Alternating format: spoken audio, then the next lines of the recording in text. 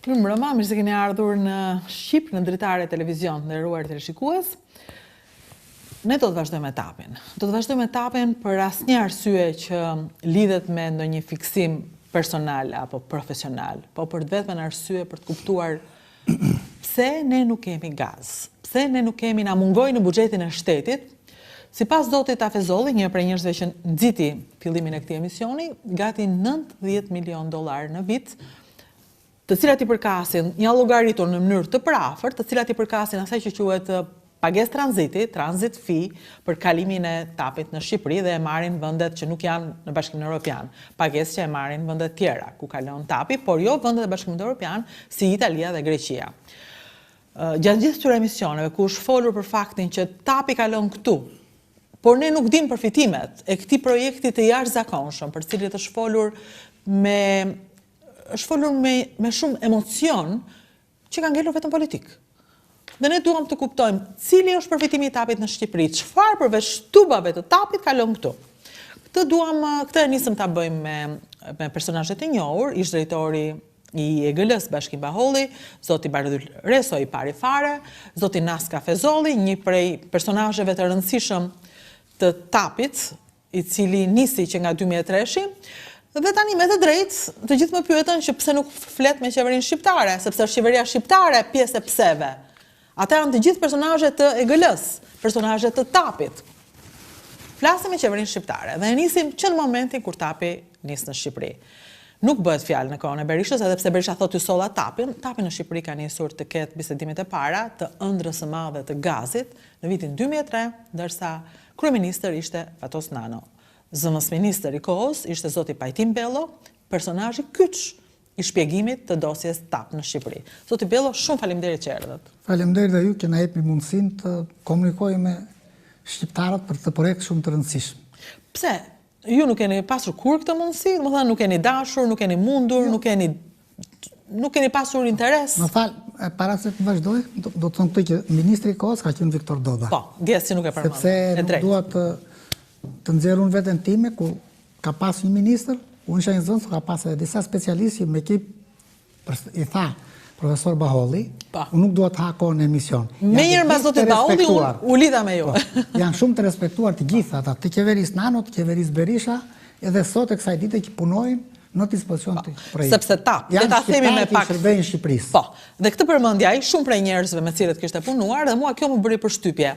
Se në vedi, një prej akuzave madje që më shbër këto kohë është që ju po shani një vepër të zotit Berisha. Ta saktësojmë, nuk është një vepër e zotit Berisha, është një prej pak projekteve të bëra në bashkëpunim, i nisur në kohën e zotit Nano, dosja e dorëzuar qeverisë Berisha, vazhduar dorëzuar po qeverisë Rama dhe është një projekt në vazhdim i bërë nga gjitha qeverit, i mburur dhe i mbështetur nga gjitha qeverit. Faleminderit që tapi është në Shqipëri, faleminderit qeverive shqiptare që bashkëpunuam. Pyetja është shumë e thjeshtë, dhe këtë mund ta bëj vetëm një njerëz që skupton si puna ime nga fjalët e teknikëve. Pyetja është, çfarë përfitimi kemi?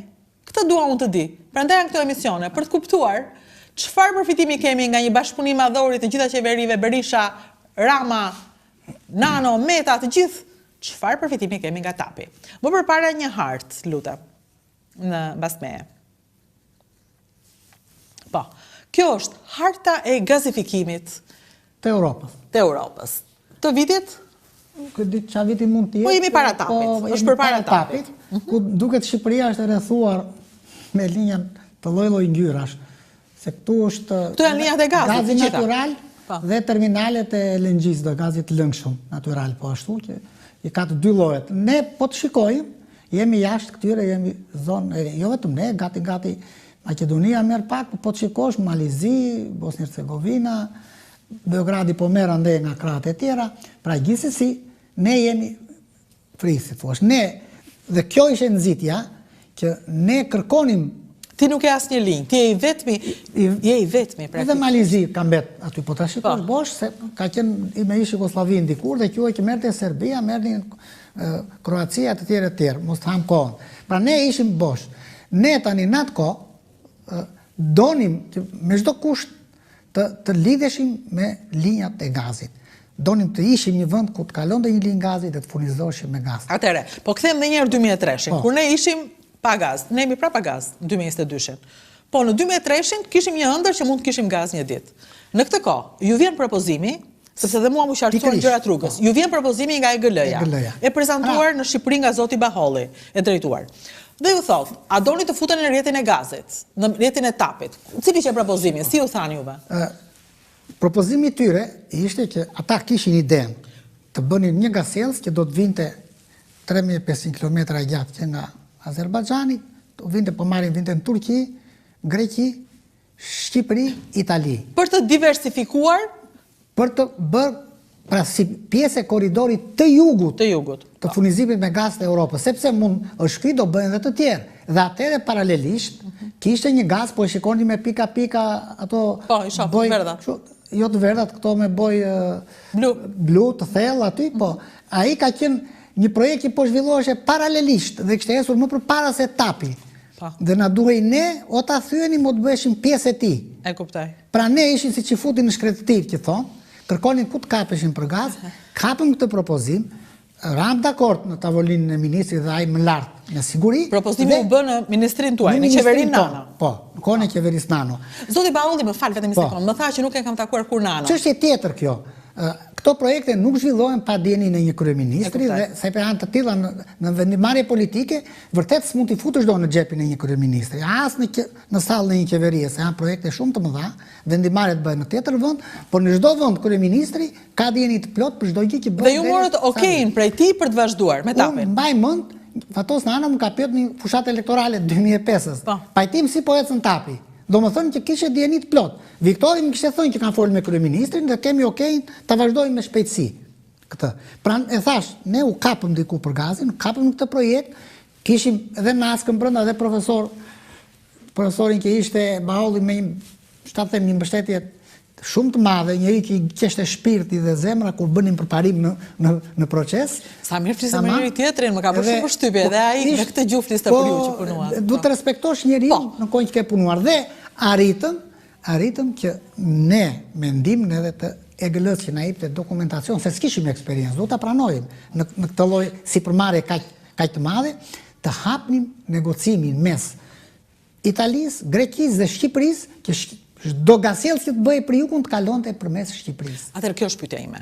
E para dhe të gjithëve. Politikisht kaloi në Shqipëri, se donte Berisha, Berisha ishte Bonxha. Donte Nano të kalonte në Shqipëri, prandaj kaloi. Kush është interesi tyre që sot mund hapin në Shqipëri? Nevoja e madhe, domosdoshmëria që ne të kishim gaz. Në mendjen tonë. Jo ç'a donin ne, ata, pse erdhën ata këtu? Mos vini fare. Projekti vazhdon të ndryshe. Jo, idenë që kishte EGL-ja s'e përfshi në këtë projekt, që thash, konkurrues. Kishte projektin e vet, në idenë e vet kishte një projekt teknikisht, ekonomikisht dhe nga ana e operimit shumë më fizibël se sa ky projekt i cili ishte prezantuar nga Italia dhe nga Greqia. Por Italia dhe Greqia kishin aksesin, kishin mundësitë, kishin fuqitë dhe kishin ecur këtu. Kurse EGL-ja do binte palën italiane, që e bindi, do binte neve që na bindi sepse ishim shumë nevojtar, do binte dhe Greqinë. Greqia ishte dakord që mund të futej EGL-ja në projekt, por jo që projektit kalonte në Shqipëri. Nuk ishte dakord Greqia. Si ishte dhe pikërisht vendimarrja e jonë, fitoria e parë e jonë ishte që ne bindëm Europën, Italinë dhe Greqinë që gazellësit kalojnë në Shqipëri. Ju më thonë në fakt, ju këtë më treguat mua. Po, dhe unë kam një memorandum mirë kuptimi të mbajtur midis nesh, palës greke dhe palës italiane, ku del shumë i qartë rezistenca e palës greke që thot Shqipërinë do ta furnizojmë ne nga një deg prej Greqisë. Kjo më bëri përshtypje kur lexova këtë memorandum të vitit 2003. 2004 më të, po 2005 ka qenë. Në 2005 do të jetë memorandum. Jemi 24. Se kemi ecur. Po, jo 24 është firmosur. Po. Ky është memorandum. Jo, nuk e ke këtu. Këto janë vetëm minutat e takimit. E thot në fillim aty, mbajtur në Tiranë. Po fal, në 16 qershor 2005. Po. Pra ka qenë ishte momenti që ne masi morëm të rezhornime për këtë projekt. Morëm dhe të dhëna mbi shumë gjëra që ne i lexuam specialistët tonë shumë të mirë, po nga 2003 dhe u futëm në fushë betejë. Po, nga 2003 në 2005 ju keni qenë gjithkohës në tratativa që të kaloj apo jo këtej. Po pikërisht sepse kur është mbyllur që po do kaloj këtej? Ky memorandum mund të thomi që ishte thyrja e shtambës greke. Po. Po, se u dorëzua. Dhe në 2005, në 24, shumë pak ditë më pas, në 24, 6-2005, Viktor Doda firmos. Paralelisht ne bëm aktin juridik i dham Tapit autorizimin e parë. Autorizimi i parë. Ky është autorizimi i parë. Policia përsërit në 2007 nga Genc Ruli. Po. Pra, sepse pastaj mbas 2005-s ju mbisni zgjedhjen dhe fiton Berisha. Kjo si të thuash është që neve hym në fushën e betejës. Deri atje donim të futeshim me skuadronet tona në këtë fushë betejë, ato që kishim, po njerëz na pranonte. Hym në fushë betejë dhe duhet të luanim. Atëherë, unë do doja, sepse vërtet, një prej takimeve më të rëndësishme të faktit që Tapi hyn në Shqipëri është ky takim me palën greke dhe italiane, kur pala greke këmbgul që të mos kalojnë në Shqipëri sepse e furnizojmë ne. Personat e pranishëm në këtë takim do doja edhe t'ju